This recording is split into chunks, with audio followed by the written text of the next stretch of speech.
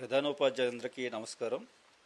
ఈరోజు విద్యా కానుక 2024-25 సంవత్సరానికి గాను విద్యార్థుల యొక్క ఫుట్ మెజర్మెంట్ అనేది యాప్లో స్టూడెంట్ సూసైజ్ క్యాప్చర్ అనే మాడ్యూల్లో మనం ఎంటర్ చేయాల్సిన అవసరం ఉంది.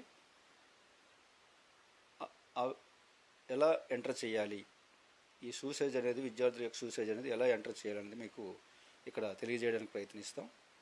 మనం ఈరోజే కొత్త వెర్షన్ రిలీజ్ అయింది. అది మనం వెబ్సైట్ని డౌన్లోడ్ చేసుకోవచ్చు, లేదా మీ సీఎంఓల దగ్గర ఆల్రెడీ మనం షేర్ చేయడం జరిగింది. వాళ్ళ దగ్గర నుండి అయినా మీరు తీసుకొని పాత యాప్ని అన్ఇన్స్టాల్ చేశాక కొత్త యాప్ని ఇన్స్టాల్ చేసుకోవాలి. ఇన్స్టాల్ చేసుకున్న తర్వాత లాగిన్ అవ్వాలి. ఇక్కడ నేను లాగిన్ అవుతున్నాను ఒక స్కూల్ యూజర్ ఐడితో.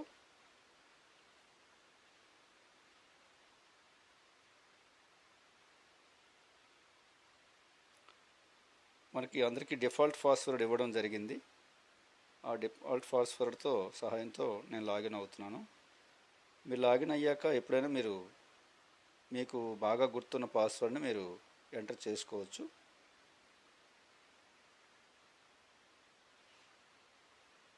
ఇలా లాగిన్ అయిన తర్వాత ఇక్కడ పైన 3 అడ్డగీతలు ఉంటాయి.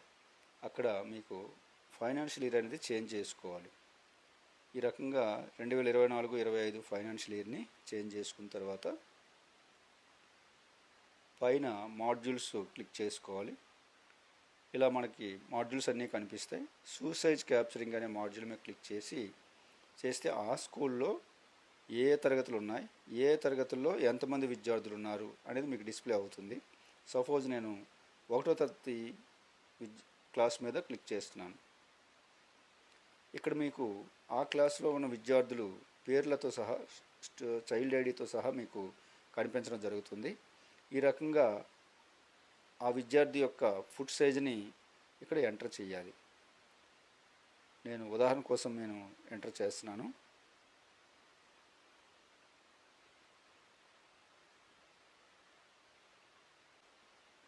అందరు విద్యార్థుల యొక్క ఫుట్ సైజులు ఎంటర్ చేశాక డిస్మిల్తో సహా మీరు ఎంటర్ చేయొచ్చు.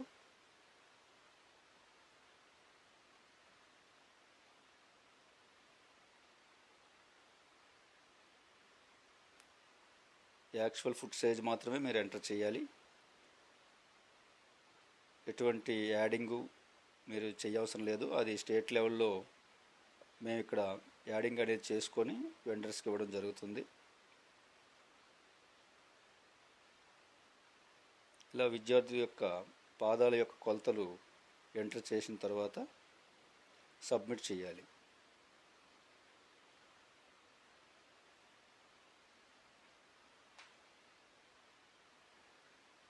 Actual foot measure.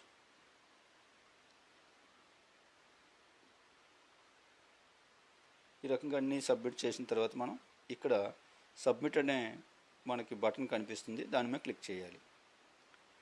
ఈ రకంగా క్లిక్ చేసిన తర్వాత మళ్ళీ 2వ తరగతి క్లిక్ చేసుకోవాలి.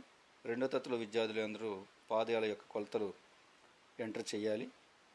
అదేవిధంగా 3వ తరగతి క్లిక్ చేసి ఆ 3వ తరగతిలో చదువుతున్న విద్యార్థుల యొక్క పాదాల కొలతలు ఎంటర్ చేయాలి. ఎంటర్ చేసాక సబ్మిట్ చేయాలి.